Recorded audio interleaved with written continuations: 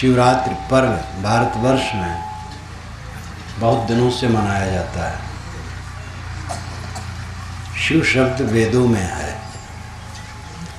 शुक्ल यजुर्वेद में तो शिव संकल्प के मंत्र भी 6 हैं जो बहुत ही उत्तम है। हमारा मन शिव संकल्प वाला हो, जो दूर चला जाता है, जो अत्यंत निकट है, वह मन शिव संकल्प वाला हो। शिव का अर्थ है मंगलमय। पुराणों में रूपक दे करके बातों को समझाया गया है। शिव सबके अंदर का आत्मा है। कल मैंने शिव के विषय में एक गद्य मंत्र का अंश कहा था, पूरा नहीं कहा था।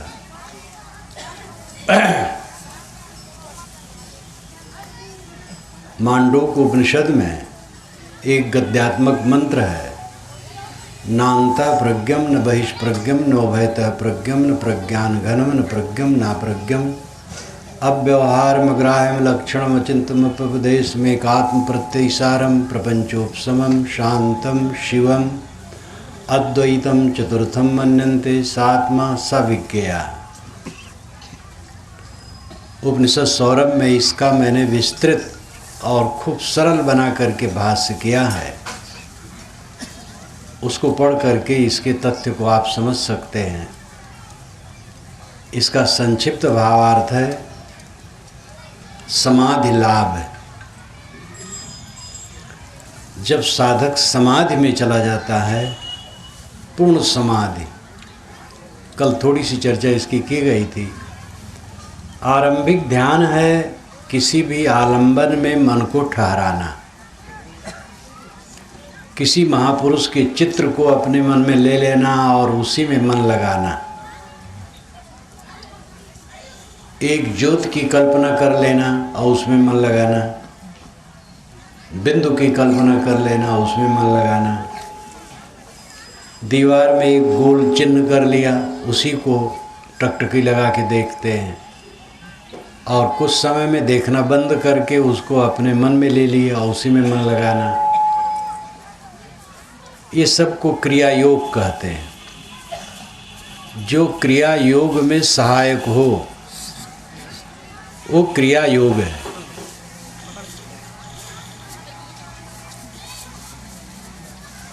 तो ध्यान का जो पहला रूप होता है, किसी आधार में मन को ठहराया जाता है और अंतिम रूप होता है जब मन की वृत्तियों को ही समाप्त कर दिया जाता है, कुछ सोचा नहीं जाता, सोचना बंद। ये बड़ी ऊंची स्थिति है। ये काल्पनिक नहीं है।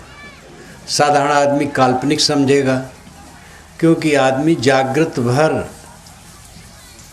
कुछ सोचता रहता है, सोचना बंद नहीं होता है। तो ये कैसे होगा कि सोचना ही खत्म हो जाए? इसलिए साधारण आदमी इसको काल्पनिक मानेगा।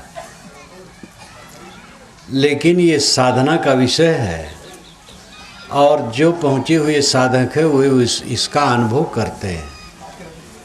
इसके लिए वैराग्य और अभ्यास 2 की ज़रूरत है। बाहर से मन अनासक्त हो जाना और अंतर में लीन करने का अभ्यास करना, यह वैराग अभ्यास कहलाता है। जब बाहर का सारा मोह छूट जाता है और ध्यान का अभ्यास निरंतर चलता है, तब यह दशा आती है। बड़ी ऊंची स्थिति है। तो अंतिम ध्यान का जो स्वरूप है, ध्यान समाधि जो कुछ भी कहो, वह है संकल्प शून्यता, कुछ न सोचना। जहाँ कुछ नहीं सोचना होता है उसकी व्याख्या इस गद्यात्मक मंत्र में है, नान्तः प्रज्ञम, न अंतः प्रज्ञम, भीतर कुछ नहीं जानता, न बहिष्प्रज्ञम, बाहर कुछ नहीं जानता, नो भयतः प्रज्ञम, दोनों तरह नहीं जानता, न प्रज्ञम, न वो ज्ञानी है उस समय, न अप्रज्ञम, न अज्ञानी है। इस प्रकार मंत्र का एक खंड का अर्थ हुआ, नान्ता प्रज्ञम न बहिष्प्रज्ञम न उभयता प्रज्ञम न प्रज्ञम न अप्रज्ञम। अब व्यवहार में ग्राह्य में लक्षण में चिंतन में उपदेश, वो अग्राह्य है, बाहर से ग्रहण नहीं होता, अलक्षण है, उसका कोई बाहरी चिन्ह नहीं है, अचिंत, उसके लिए कुछ नक्शा चित्त में नहीं बनाया जा सकता है। अपउपदेश, उसका उपदेश नहीं होता है, उपदेश द्वारा उसको बताया नहीं जा सकता है। अब व्यवहार मग्राह्य और अग्राह्य है, अचिंत, अपउपदेश। एक आत्म प्रत्यय सारम, एक आत्म अस्तित्व मात्र होता है। मंत्र का ये अंश इस मंत्र का दिल है। एक आत्म प्रत्यय सारम, एक आत्म अस्तित्व मात्र होता है। फिर कैसे होता है? प्रपंचोपशमम, वहाँ प्रपंच का उपशमन होता है। मन में प्रपंच है, मन जहाँ शांत हो गया प्रपंच कुछ नहीं रहा। गाढ़ी नींद में आप जाते हैं, कोई दुख वहाँ नहीं रहता है। जब स्वप्न में आते हैं तो क्लेश शुरू होता है, और जागते हैं तो भयंकर क्लेश, राग, द्वेष, हानि, लाभ, हर्ष, शोक, सब दुनिया भर का प्रपंच दिमाग खराब कराऊ बात। लेकिन गाढ़ी नींद में कोई क्लेश नहीं है, इसीलिए ऋषियों ने उसको सुसुप्ति कहा है।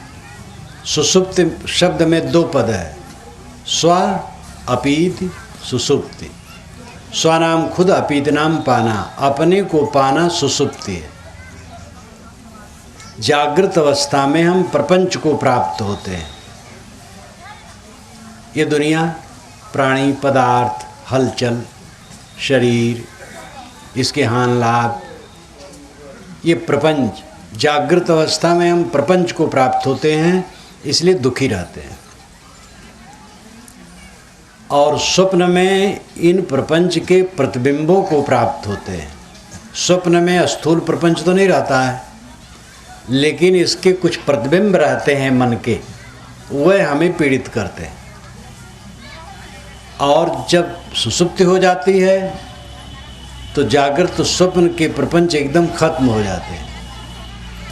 तो वहाँ स्वापीति, आत्मा अपने को पा जाता है, इसलिए महासुखी हो जाता है। राजे महाराजे भी राज सुख छोड़ करके सुसुप्ति का आनंद लेना चाहते हैं। अपने आप को पाना, लेकिन ये अवस्था जन्य है, अवस्था से उत्पन्न ये अवस्था है। जागृत, स्वप्न, सुसुप्ति, ये अवस्था जन्य है। इसलिए नींद खुलने के बाद दुख खत्म नहीं होता, दुख शुरू हो जाता है। लेकिन अगर कोई ज्ञान के अभ्यास से समाधि में पहुँचे और रोज समाधि में पहुँचे, और अंत में इस समाधि का विवेक में परिणाम बदल जाए और जीवन विवेकमय हो जाए, तो उसका दुख सदा के लिए खत्म हो जाता है। ये ज्ञानजन्य है, समाधि ज्ञानजन्य है, और जो नींद आती है अवस्था जन्य है। लेकिन सुसुप्ति में कोई क्लेश नहीं रहता है। जैसे हम घर में घूमते हैं और ऐसी जगह मानो घूम रहे हों जहाँ नीचे खजाना गड़ा हो, हम जानते नहीं, लेकिन खजाना गड़ा है। और एक आदमी है जो जानता है, और खजाना खुद के निकाल लेता, मालमाल हो जाता है। इतना फर्क है। सुसुप्ति अवस्था में साधारण आदमी भी दुख रहित होता है और अपने आत्मा के खजाना के पास पहुंचता है, लेकिन जानता नहीं, दुख रहित हो जाता है। जैसे नींद खुलती फिर दुख शुरू हो जाता है। और जिसने अभ्यास किया उस अवस्था में जो पहुंच गया, तो जागृत अवस्था ही में उसको कोई क्लेश नहीं रहता है। जागृत सुसुप्त वो है, जागते ही मानो सोया है, जागने में भी वो स्वापीति, आत्मा को प्राप्त है। जागते जागते जो आत्मा को प्राप्त हो उसकी अवस्था ही सही है। और सुषुप्ति अवस्था में बिना जाने आत्मा के निकट पहुंच गए, तकलीफ तो नहीं हुई, नहीं हो रही वहाँ, लेकिन नींद खुली, फिर तकलीफ शुरू, क्योंकि वो ज्ञान से नहीं हुआ है, वो नींद के कारण हुआ है। तो एक आत्म प्रत्ययसारम, एक आत्म अस्तित्व मात्र वहाँ रहता है।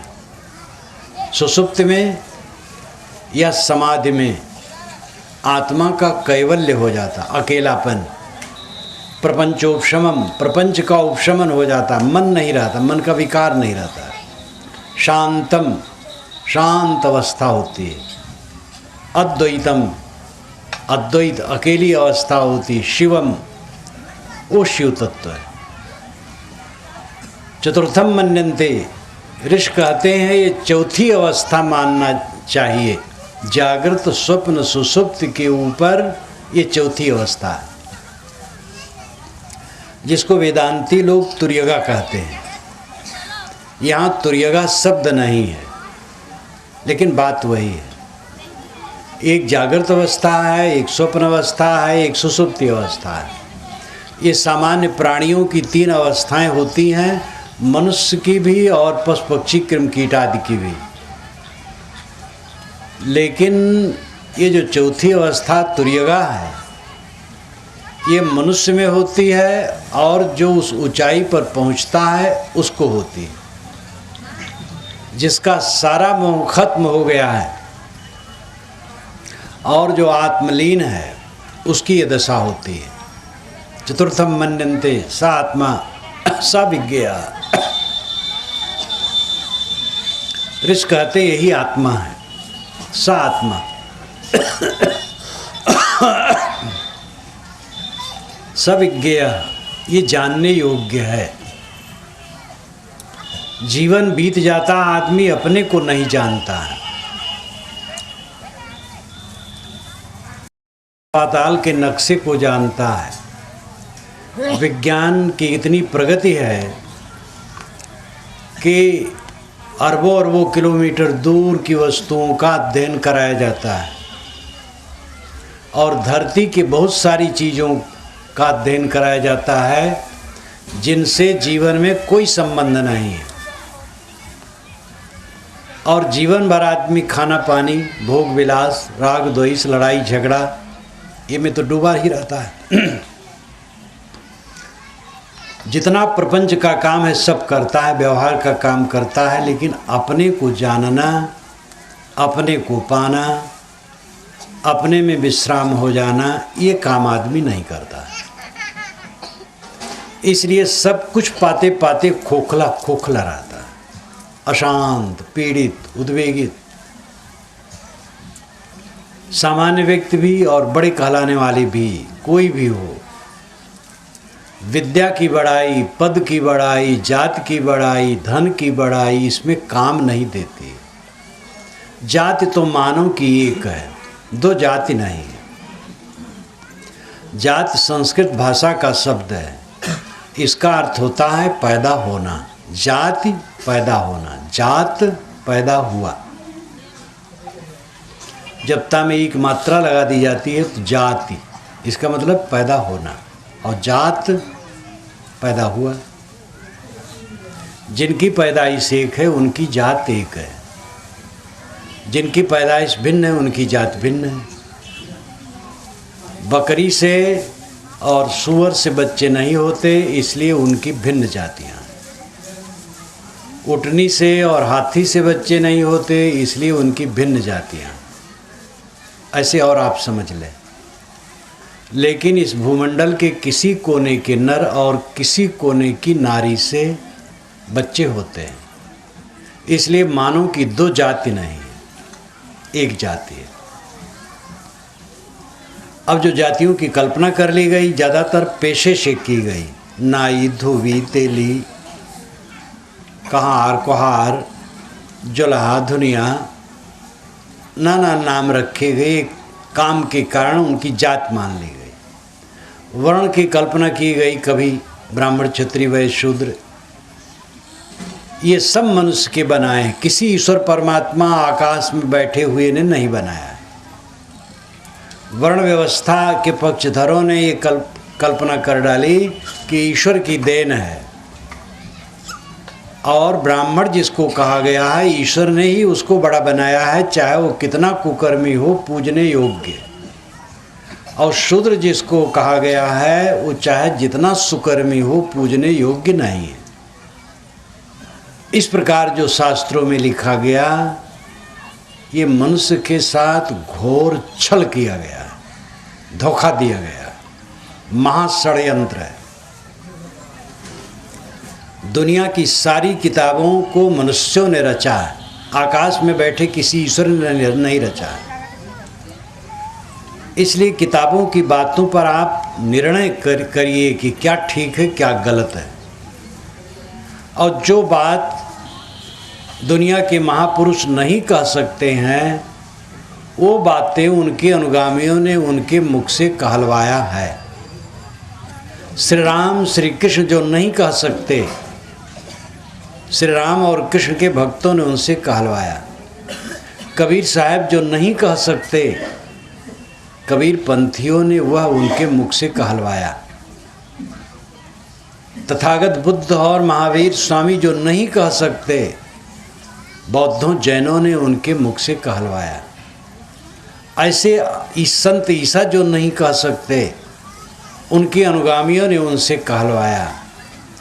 एक की बात नहीं, सबकी बात यही है। जो कुछ आपको चलाना हो दुनिया में, बड़े पुरुष के मुख से कहलवा लीजिए, फिर उल्टा सीधा कीजिए। ये प्रभु ने कहा, प्रभु वचन है। ब्राह्मण चाहे कितना कुकर्मी हो पूजने योग्य है। प्रभु वचन है। शूद्र नीच है, उसकी परछाई छू जाए तो नहाना चाहिए। ये शास्त्र में लिखा है और प्रभु का वचन है। ये प्रभु का वचन नहीं है, ये बदमाशी का वचन है। ये मनुष्य के साथ छल किया गया है, धोखा दिया गया है। ऐसा बिल्कुल गलत है। चारों वेदों में मैंने कहीं नहीं पढ़ा कि कोई मनुष्य अछूत होता है।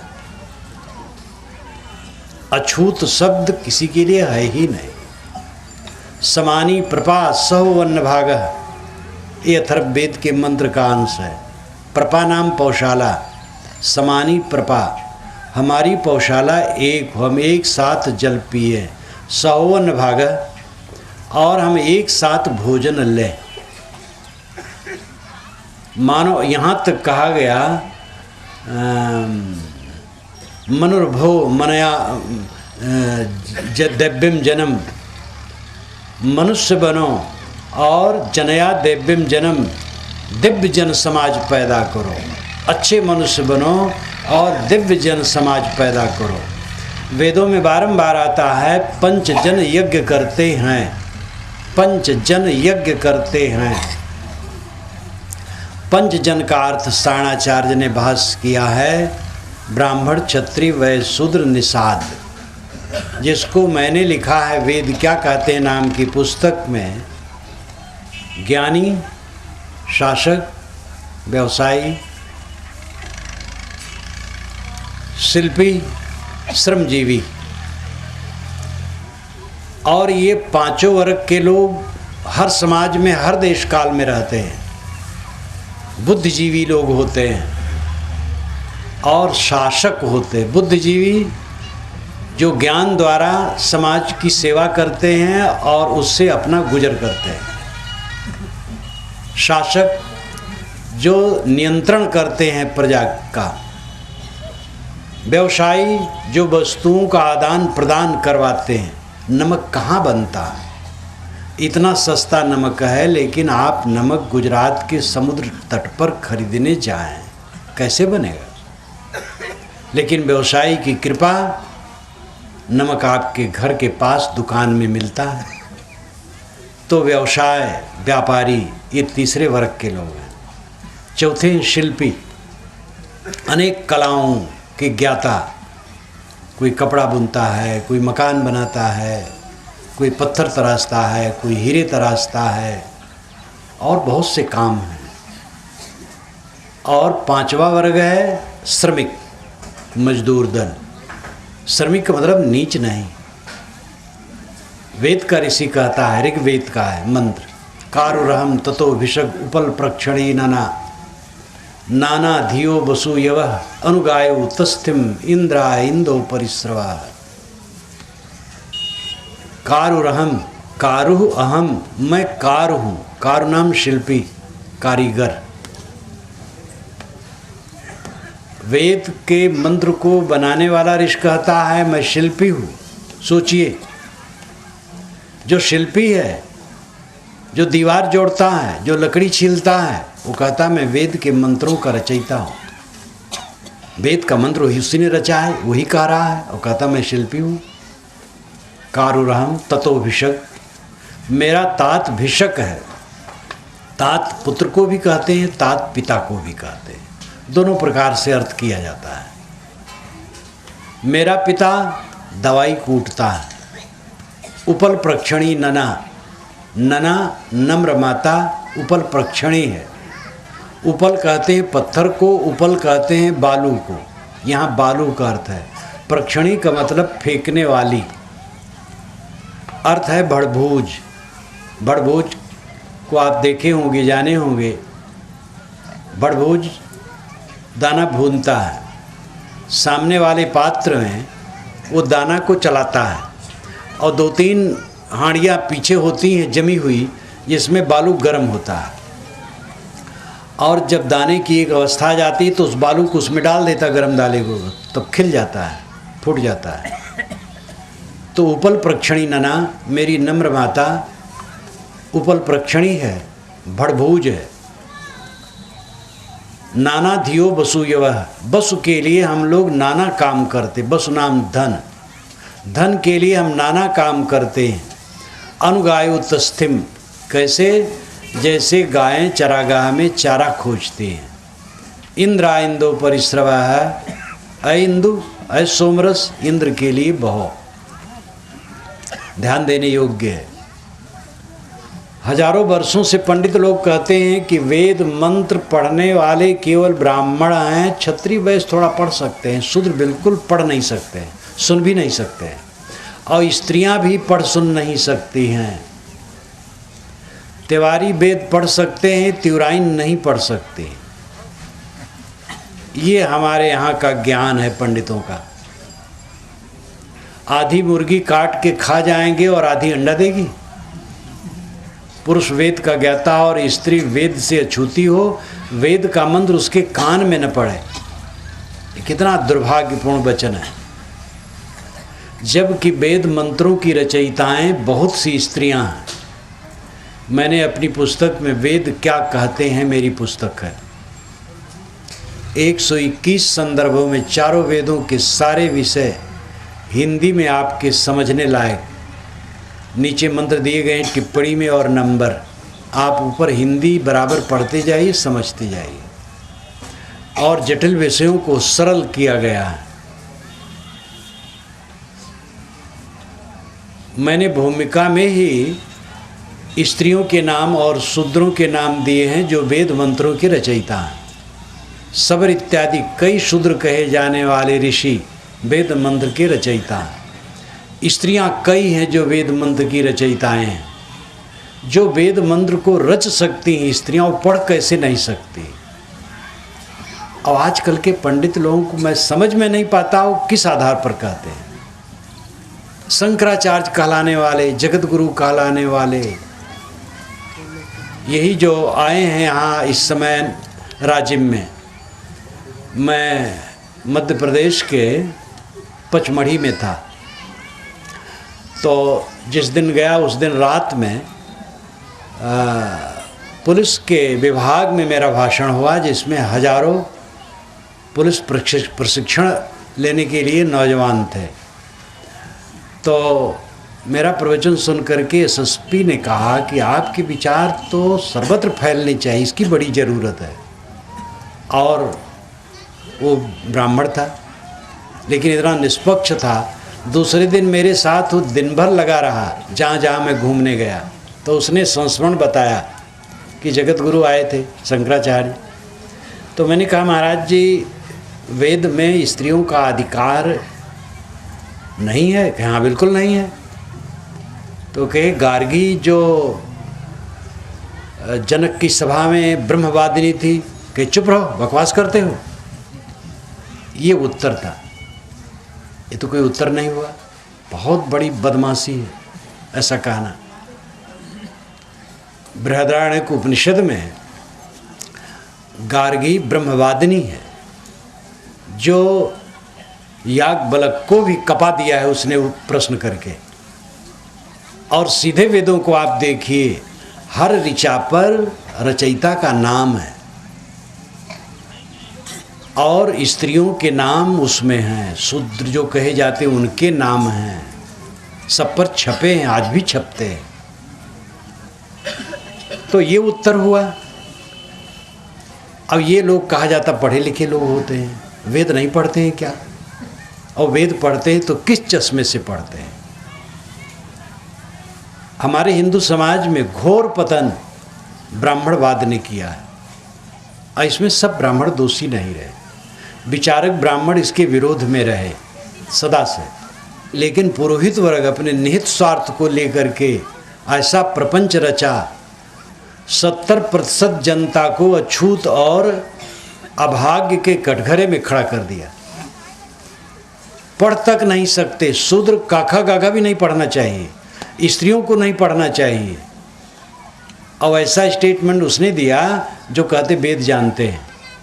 क्या जानते हैं, कैसे जानते हैं, क्यों इतना भ्रम में पड़े हैं, क्यों इतना अपने पैर में कुल्हाड़ी मार रहे हैं, समझ में नहीं आता। हरिद्वार में एक मंडलेश्वर ने कहा कि आप ठीक कहते, लेकिन मर्यादा तो मर्यादा।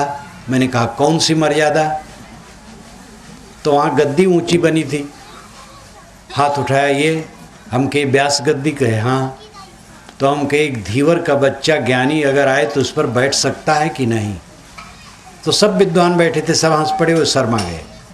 व्यास गद्दी का अर्थ है व्यास के नाम से गद्दी, और वेदव्यास धीवरी के पुत्र थे, स्वयं वेदव्यास धीवरी के पुत्र थे। और वह उनके साहित्य से ही पंडित समाज अपना धार्मिक और कर्मकांड का व्यवसाय करता है। गीता उन्हीं की मानी जाती है। तो मर्यादा फिर क्या रही? वेदव्यास के नाम से ही व्यास गद्दी है, एक धीवरी के बच्चे के नाम से व्यास गद्दी है, और उस पर केवल ब्राह्मण बैठ सकता है। तो ये बड़ा अनर्थ,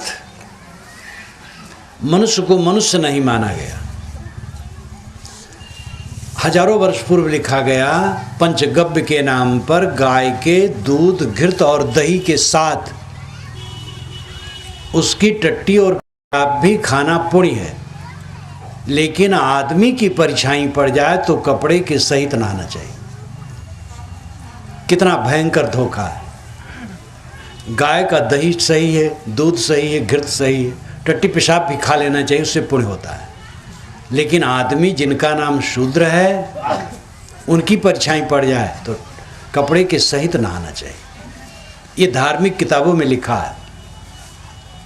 कबीर साहब ने इन सब का घोर विरोध किया, उस जमाने में किया जब पंडितों का जलवा काशी में था और उधर मुसलमानों का राजकाज, लेकिन दोनों को उन्होंने फटकारा। और कि छे ले तो हो छींचा, तुमसे कहो कौन है नीचा। और के छूने से तुम पानी छिड़कते हो, अपवित्र पवित्रो वा सर्वावस्थांग तो अप्यो स्मृत पुंडरी काक्षम बाभ्यंतर सूचि ही कहते हो, तो तुमसे कौन नीच है? तुम दूसरे को नीच मानते हो। विवेक करके देखो, सबके शरीर की दशा हड्डी की झोपड़ी है, टट्टी पेशाब भरी है, चाम लपेटा है। इसमें कौन पुनीत है और कौन खराब है? कर्म से ऊंच नीच आदमी होते हैं, मूलतः मानव समान है। कबीर साहब ने इस पर बिल्कुल निर्भय होकर के कहा। वो तो निर्भय होकर के हर बात में कहते, डर नाम की चीज़ तो उनको थी ही नहीं। और यही विशेषता है कि आज पूरी दुनिया में उनकी वाणी चमक रही है और सभी वर्ग के लोग स्वीकार रहे हैं। तो मानव को मानव की दृष्टि से देखना ये हमारा कर्तव्य है। वैदिक ऋषि हमें यही इशारा करते हैं। उपनिषद में जात पात का महत्व नहीं है। जो ज्ञान का ग्रंथ भारत का प्राचीनतम है, पूरी दुनिया जब अज्ञान में सो रही थी तो हमारे यहाँ हजारों वर्ष पूर्व उपनिषद जैसा चिंतन हो रहा था जिसका जोड़ा पूरी दुनिया में कहीं नहीं, और उसमें जात पात की कोई बात नहीं। सत्यकाम नाम का एक लड़का है, छांदोग्य उपनिषद में एक कथा आती है। वो अभी कुमार है, पढ़ना चाहता है। माता से कहता है, माता मैं पढ़ने जाऊंगा। तो गुरु जी पूछेंगे तेरा क्या गोत्र है, तो मैं क्या बताऊंगा। तो माता कहती है, बहवहम चरंती परिचारिणी यौवने त्वाम लभे। बहुत जगह घूमती विचरती सेवा सहचरण करती हुई मैंने तेरे को पाया है। वो स्त्री ऐसी थी कि घर घर टहलुई का काम करती थी। बर्तन माजना, कपड़ा धोना, घर पोंछना, लिपना, ये सब काम करती थी।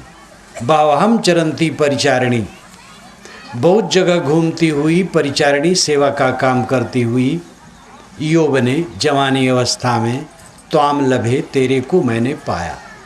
उसका कोई विवाह नहीं था। अनेक युवकों से संपर्क हो गया था, इसलिए वो अपने गर्व को ये भी नहीं बता सकती थी कि किससे है। सीधा सीधा साफ, जैसे कांच अंदर बाहर साफ होता है, ऐसे साफ दिल से वो माता कह देती है, मेरा नाम जबाला है, तेरा नाम सत्यकाम जाबाल है। पहले ज़माने में माँ या बाप के नाम के आधार पर नाम रखा जाता था। आज भी मुसलमानों में, अरब में यही रीति है। ये भिन्न भिन्न नहीं है। मुसलमान, ईसाई, हिंदू, ये सब एक ही हैं। धीरे धीरे बढ़ते बढ़ते एक दूसरे के दुश्मन बनते चले गए। जब लोग मक्का जाते हैं तो वहाँ पर एक क्रिया होती इहराम। उस क्रिया का नाम है इहराम। उसमें तीर्थयात्री लोग मुसलमान ही होते ही मुड़ मुड़ा लेते हैं, और हम लोग जैसे सरीखा कपड़ा पहन लेते हैं, जैसे हम पहने हैं। नीचे एक फटा और ऊपर चद्दर सफ़ेद रहता है। वासस और उत्तरी, इसको भारतीय भाषा के ऋषियों ने कहा है। वासस उत्तरी, वासस लुंगी, उत्तरी चद्दर, और यही दो का प्रयोग वो करते हैं। और व्रत लेते हैं विषय वासना से रहित, हिंसा से रहित। और उस यात्रा करेंगे, परिभ्रमण करेंगे। अगर कोई उसमें नियम है, कोई शिकारी शिकार के पीछे दौड़ रहा है और शिकार आगे गया है, वो पूछे इहराम क्रिया वाले से कि मेरा शिकार इधर गया है, तो न बताए। जीव दया, पूरी अहिंसा और ब्रह्मचर्य एक बिल्कुल साधु स्वरूप होता है। आजकल तो टीवी में सब दिखाते, आप लोग देख सकते हैं। उस समय जब वहाँ होता है तो इहराम क्रिया जो होती है मुसलमानों की काबा में, मक्का में, वह बिल्कुल साधु रूप बना देते हैं। शब्दों का फर्क, नामों का फर्क, बाहरी रूप गढ़ लिया गया अलग अलग, एक दूसरे के दुश्मन हो गए। मुसलमानों में शिया सुन्नी में तकरार, हिंदुओं में वैष्णव शैव में तकरार, ये सब अज्ञान है। कबीर साहब ने ये सब का पर्दाफाश किया। उन्होंने कहा, भाई रे दुई जगदीश कहाँ ते आया, कहो कोने बौराया, अल्लाह राम करीमा केशव, हरि हजरत नाम धराया। गहना एक कनक ते गहना, यामी भाव न दूजा, कहन सुनन को दुई कर थापे, एक नमाज एक पूजा। वही महादेव वही मोहम्मद, ब्रह्मा आदम कहिए, को हिंदू को तुरुक कहावे, एक जिमी पर रहिए। वेद कितेब पढ़ाए वे कुतबा वे मुलना वे पाड़े, बेगर बेगर नाम धराए, एक मिट्टी के भाड़े। कहें कबीर वे दोनों भूले, राम ही किनो न पाया, वह खसी वह गाय कटावे, बाद ही जन्म गंवाया। दो परमात्मा कहाँ से आ गए? एक ईश्वर, एक अल्लाह, एक राम, एक रहीम, ये शब्द है। साहब कहते हैं कि सोना एक है और गहना अनेक है। उसी सोने से कंगन, क्यूर, कंठा, करधनी, ये सब अनेक बने हैं। गहना एक कनक दे गहना आमे भाव न दूजा, कहन सुनन को दुई कर थापे एक नमाज एक पूजा। एक कहता मैं नमाज पढ़ता हूँ, एक कहता मैं पूजा करता हूँ, बात एक है। दोनों में मन को कोमल बनाने का अभ्यास है। एक मुल्ला है, एक पंडित है, लेकिन अंत में साहब कहते दोनों भटके हैं। ये हिंदू कहलाने वाले निर्जीव पिंडियों के सामने सजीव प्राणियों को काटते हैं, और ये मुल्ला लोग ईश्वर को खुश करने के लिए गायों तक काटते हैं। ये राम को कहाँ पाएंगे? तो कहने में तो साहब निर्भय हैं, छोड़ते नहीं हैं। राम सबके अंदर में है। पाने का मतलब है बहिर्मुखता से लौट करके अंतर्मुख हो जाना। शिव तत्व सबके अंदर में विद्यमान है। आत्मा शिव है, मंगलमय है। इस पर जो मल विक्षेप के आवरण है, इनको हटा दें, आनंद आनंद है। आदमी प्रपंच में उलझ जाता है। इस संसार में आया था हरिभजन को ओटन लगे कपास। क्या क्या प्रपंच करने लगता है। एक एक आदमी से मोह बनाता चला जाता है, बैर बनाता चला जाता है, और जिससे मोह करो छूटते चले जाते हैं। बचपन में जिनसे हमारा मोह था उनमें अनेक लोग नहीं रह गए। जवानी में जिनसे मोह था उनमें अनेक लोग समाप्त हो गए।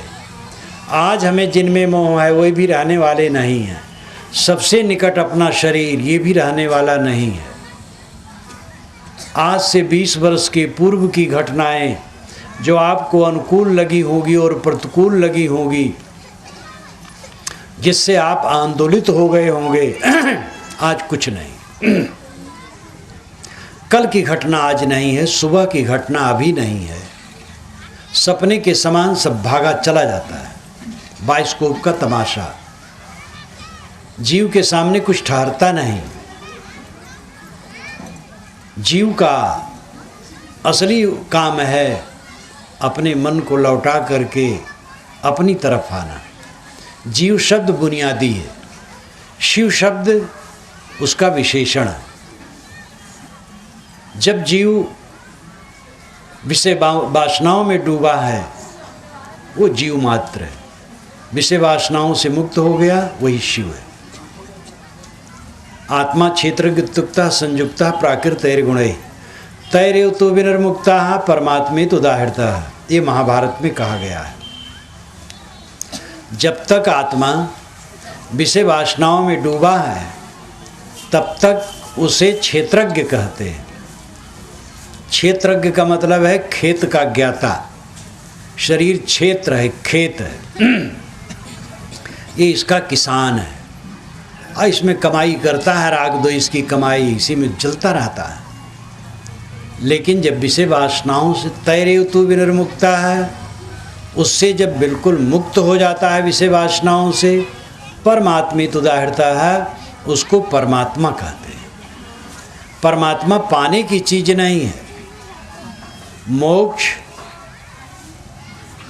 परमात्मा, परमानंद, सुख, आत्यंतिक सुख, ये जो बाहर खोजता है जीवन भर खोजता रहेगा, भटक के मर जाएगा, कुछ नहीं मिलेगा। न बाहर से सुख मिलता है, न बाहर से शांति मिलती है, न बाहर से मोक्ष मिलता है, न बाहर से परमात्मा मिलता है। मिलने का अर्थ ही है छूट जाना। दुनिया में ऐसा कोई पदार्थ नहीं है जो मिले और छूटे ना। मिलेगा और छूटेगा। परमात्मा मिलना नहीं है, समझना है, ठहरना है। पुरानी घटना है, इस संदर्भ में मुझे इसकी याद आ जाती है। जहाँ तक है छत्तीसगढ़ का क्षेत्र है कि कहाँ का है पूरा याद नहीं।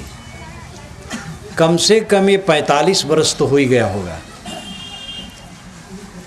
प्रवचन करके मैं उठा, शाम वाला प्रवचन, और पास में जंगल और झुरमुट थे। मैं उधर चला गया और ध्यान में बैठ गया। झोला पड़ने वाली थी, झोला पड़ा नहीं था। एक 22 वर्ष का जवान प्रवचन से उठा और मेरी खोज करने लगा। तो लोगों ने बताया इधर गए हैं। वो गया, मेरे पास खड़ा हो गया। जब खड़ा हुआ तो मुझे आहट हुई, तो मैंने आंखें खोली। मैंने कहा आप कैसे आए? तो एकदम बेलाग भाव विभोर था वो। तुरंत कहा महाराज परमात्मा कब मिलेगा?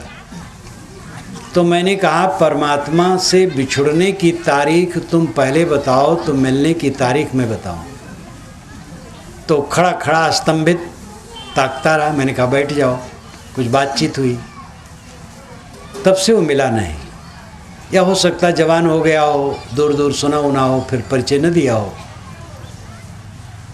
तो एक घटना और बताऊं, चमत्कार को लोग कैसे फैलाते हैं। ये भी घटना 40 वर्ष पुरानी होगी। मैं महासमुंद क्षेत्र में शायद था, आरंग के क्षेत्र में। एक युवक 16-18 वर्ष का आया और मेरे पास बैठ गया। बाहर में बैठा था। कहे साहब मेरे दांत में बहुत दर्द है। मैंने कहा मुंह खोलो। खोला तो मैंने उंगली उसमें डाली और देखा तो मैंने कहा इसमें कोई कुछ खराब तो नहीं दिख रहा है, कुल्ला कर लो। मैंने भी हाथ धो लिया।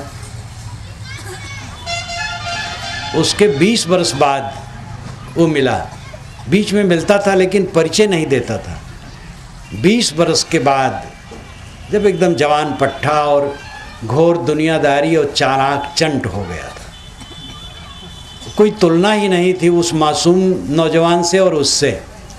तो कहा साहब आप क्या कोई दवाई लगा दिए थे? मैंने कहा कब? कहे मेरी उम्र 16-18 की थी, आपके पास आया था। मैं दांत में बहुत दर्द था। अब आपने उंगली डाल के देखा था, तब से मुझे कभी दर्द हुआ ही नहीं। मैंने कहा बस ऐसे लोग चमत्कार जोड़ते हैं कि महाराज जी के हाथ में ऐसी दुआ है कि छुए और ठीक हो। वो तुक है। मेरे हाथ में कोई दवा हुआ दुआ हुआ नहीं। दुआ के चक्कर में पड़ना नहीं। महापुरुषों का आशीर्वाद है ही, दुआ है ही। किसी से आशीर्वाद लेने न जाओ, लड़का हो जाए, धन हो जाए, रोग कट जाए और पास हो जाऊं, मुकदमे में विजय हो जाए, ये सब प्रपंच में न पढ़ो। ये पंडित महात्मा मौलवी पादरी ज्ञानी जी ये सब जंजाल लगा रखे हैं, आम समाज को भटका रहे हैं आशीर्वाद दे दे करके। और हमारे पास लड़के का लाइसेंस भगवान ने दिया है, देते हैं ये सबको। तो उसने बताया था, तो मुझे इस संस्मरण में उसका भी संस्मरण हुआ। तो परमात्मा बिछुड़ा हो तो मिले, बिछुड़ा ही नहीं। परमात्मा आपसे अभिन्न आपका आत्मा है। आप रात दिन किस में जीते हैं? ध्यान दीजिए, चेतना में। आप जानते हैं, कुछ काम करते हैं, जानते हैं। जानियो दशा आप में, जानना मैं खाता हूँ, मैं आता हूँ, मैं जाता हूँ, मैं ये काम करूँगा, मैं ये काम नहीं करूँगा। ये जो मैं रात दिन चलता है अंदर में, वो क्या है? वो ज्ञान तत्व, वही आपका स्वरूप है। जब आप स्वप्न में जाते हैं तब भी मैं को लेके रहते हैं। मैंने ये स्वप्न देखा, जाग करके कहते मैंने ये स्वप्न देखा। जब गाढ़ी नींद में जाते हैं तो परम आनंद का अनुभव होता है। जाग करके कहते मैं सुख से सोया। तो सुख से सोने का अनुभव आपको सुषुप्ति अवस्था में हुई। उस समय भी आप ज्ञानवान थे, तभी आप सुख के आनंद को जाने हैं। उस समय कुछ नहीं जानते थे, लेकिन कुछ नहीं को जानते थे। इसलिए कुछ नहीं को जानने वाला वो भी जानना हुआ। जैसे अभी कोई यहाँ आए और यहाँ ये देखे और जा करके घर में पहुँचे तो लोग कहें कि वहाँ कितने लोग थे, तो कह रहे वहाँ तो सैकड़ों हजारों लोग थे। ये सकारात्मक ज्ञान हुआ। और कोई आधी रात को यहाँ आए और फिर जाए और लोग कहें वहाँ क्या था, तो कहें वहाँ कोई नहीं था। तो हजारों लोग थे, ये सकारात्मक ज्ञान है। कोई नहीं था, ये नकारात्मक ज्ञान है। लेकिन दोनों में ज्ञान है, दोनों में जानना है। सुषुप्ति अवस्था में बाहरी कुछ नहीं रहता है जानना, गाढ़ी आनंद का, गाढ़ी नींद के आनंद का ज्ञान रहता है। तीनों अवस्थाओं में आत्मा ज्ञाता है, आप ज्ञाता हैं, ज्ञान स्वरूप। वही आपका भवन है, वही आपका महल है, वही आपका सतलोक, शिवलोक, गोलोक, अमरलोक, अमरपुर लई चलो मोर सजना। बचपन में माताएं किसी पर्व पर एक तालाब में स्नान करने जाएं, उस तालाब में तीर्थों के जल डाल दिया गया था। एक विश्वास दिलाते हैं लोगों को, प्रसन्नता आनंद के लिए। तो माताएं चलें स्नान करने के लिए रात ही में सुबह, तो गावें अमरपुर लई चलो मोर सजना। ये कबीर साहब का भजन है।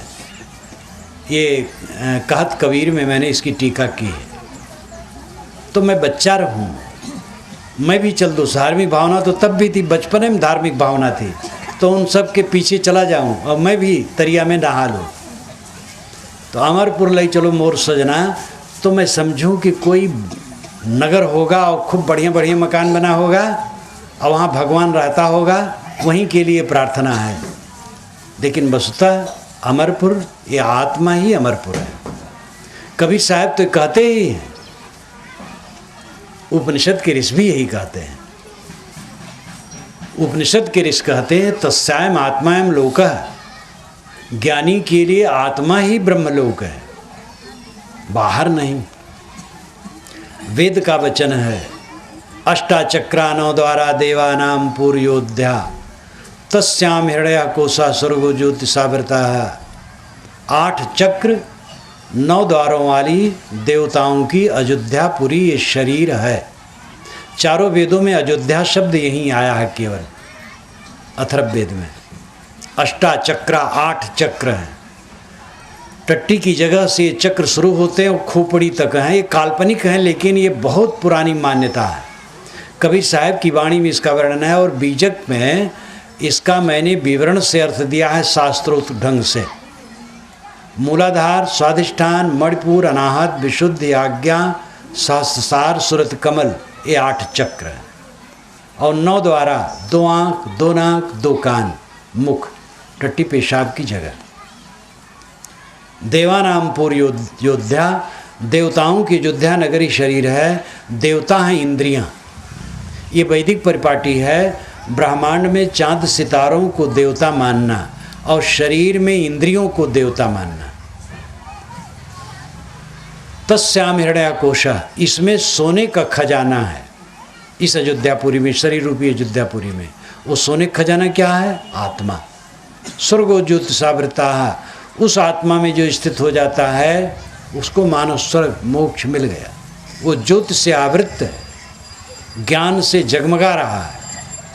आपका परमात्मा, आपका मोक्ष, आपका ब्रह्मलोक, आपका सतलोक, आपका शिवलोक, गोलोक, साकेत लोक, ब्रह्मलोक, जितने भी शब्दों को जन्नत, स्वर्ग कुछ भी कह लें, वो आपका अंतरात्मा है। अंतरात्मा में लौटें, अपने में लौटें, और यही शिवत्व का दर्शन है। प्रपंचोपशमम शांतम शिवमद्वैतम चतुर्थम मन्यन्ते सात्मा स विज्ञा। जहाँ प्रपंच का उपशमन हो जाता है, अब प्रपंच का जो उपशमन है ये बड़ी बात है।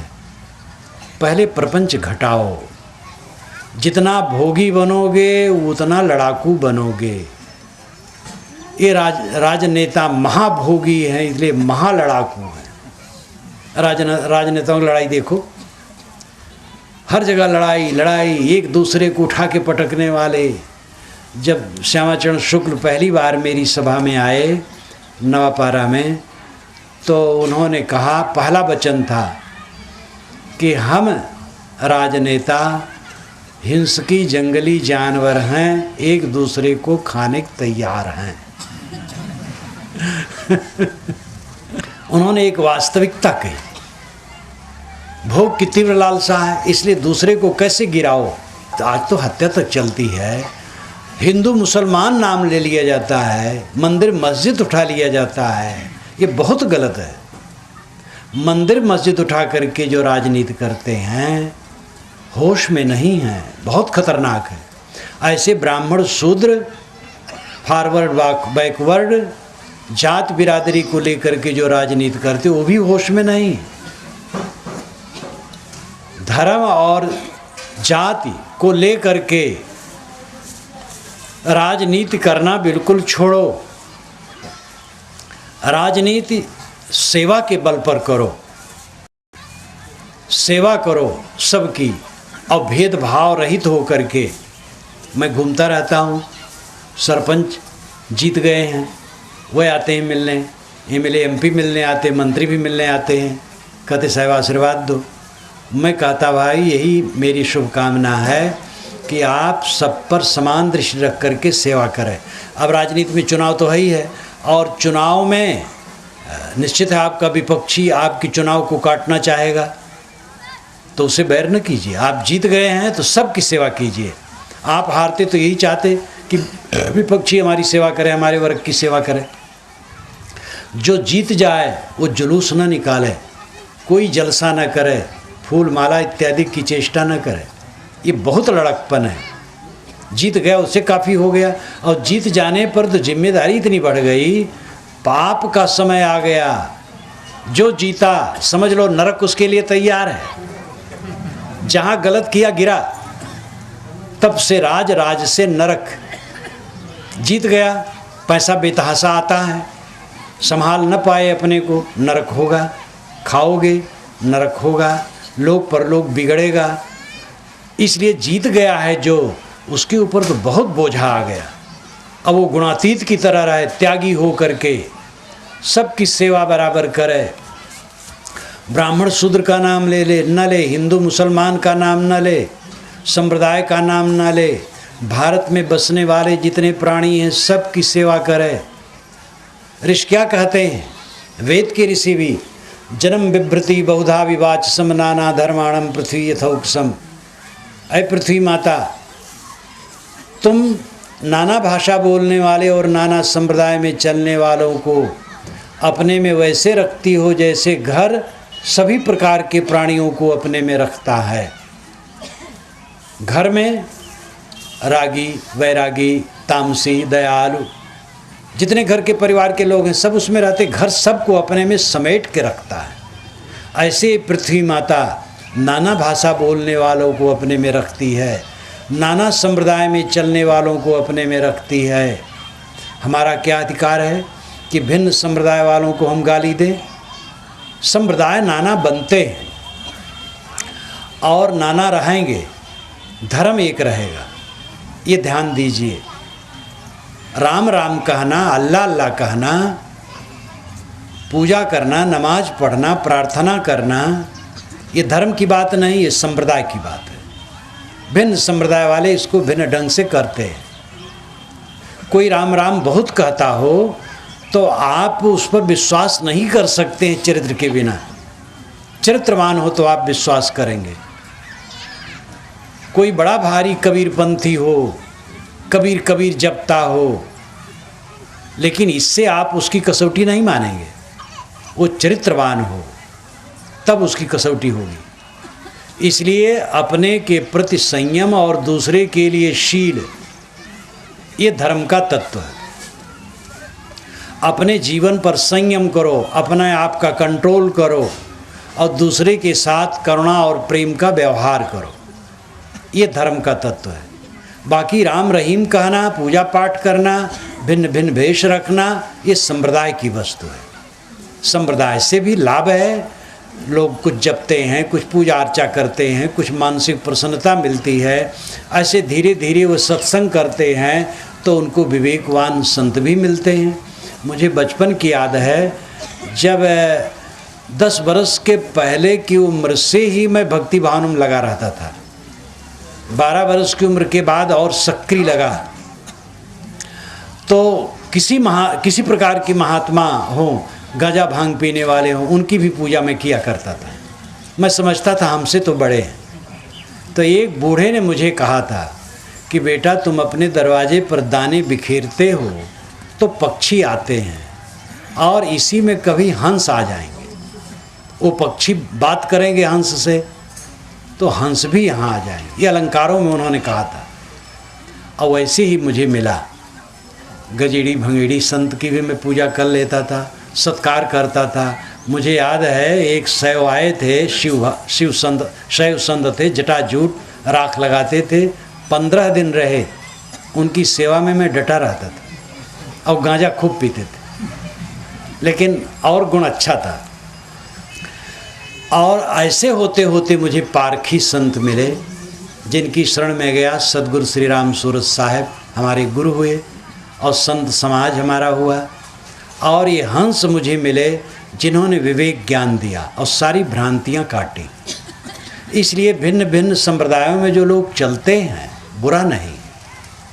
मैं तो रास्ते रास्ते चलते देखता हूँ, कोई शिवलिंगी पर पानी डाल रहा है तो मेरे मन में उसके प्रति श्रद्धा जगती, कुछ तो कर रहा है, तो कभी चल करके असली शिव को भी समझेगा।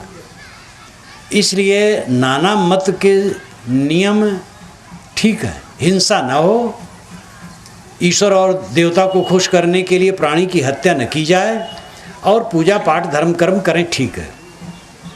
लेकिन असली धर्म है संयम और शील। इस पर ध्यान दीजिए। अपने पर संयम और दूसरे के लिए शील। अपने लिए कठोर और दूसरे के लिए कोमल। अपने को कभी क्षमा न करो, अपनी गलतियों पर क्षमा न करो, अपनी गलतियों को दूर करो, और दूसरे के लिए शील का बर्ताव करो। और भेदभाव छोड़ करके हिंदू मुसलमान ब्राह्मण शूद्र से कोई मतलब नहीं। ये सारे शब्द फर्जी हैं, मानो सच है। शिव तत्व, आज शिवरात्रि है, शिव तत्व को लेकर के मैंने उठाया था।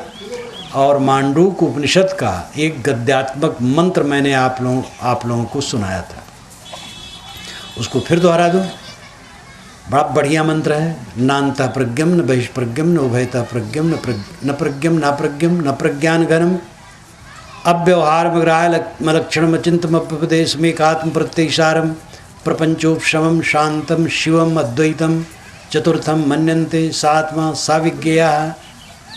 इसमें बड़े अलंकारों में संकल्प शून्यता की स्थिति का वर्णन किया गया है। जब साधक संकल्प शून्य हो जाता है, यानी कोई संकल्प नहीं रहता है, तो निरांत शांत, वो शिव तत्व है।